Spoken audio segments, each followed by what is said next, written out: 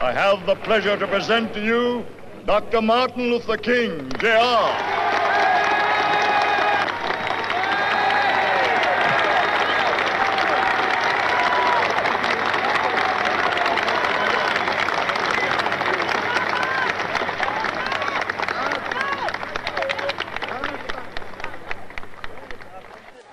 Happy to join with you today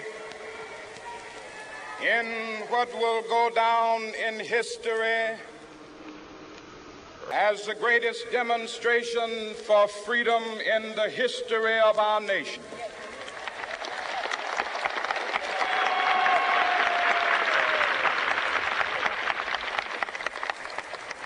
Five score years ago,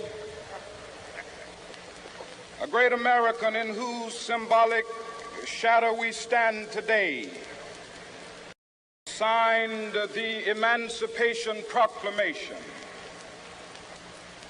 This momentous decree came as a great beacon light of hope to millions of Negro slaves who had been seared in the flames of withering injustice.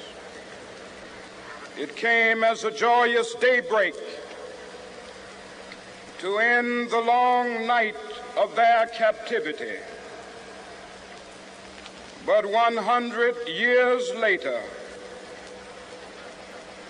the Negro still is not free. 100 years later,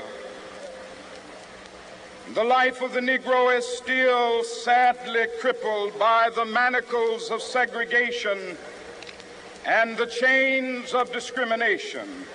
100 years later, the Negro lives on a lonely island of poverty in the midst of a vast ocean of material prosperity.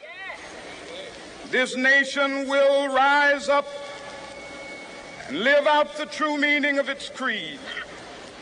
We hold these truths to be self-evident, that all men are created equal.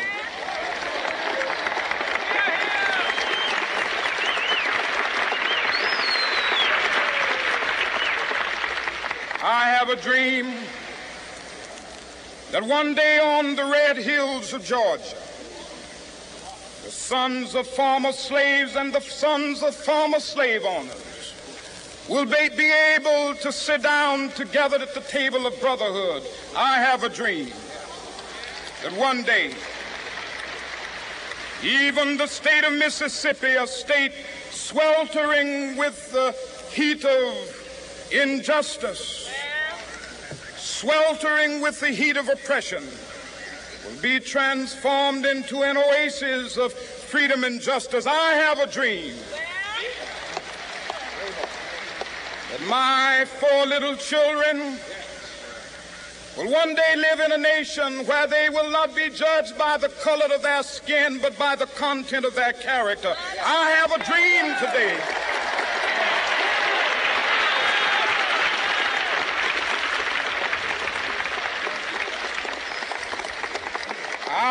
a dream that one day down in Alabama, with its vicious racists, with its governor having his lips dripping with the words of interposition and nullification, one day right there in Alabama, little black boys and black girls will be able to join hands with little white boys and white girls as sisters and brothers. I have a dream today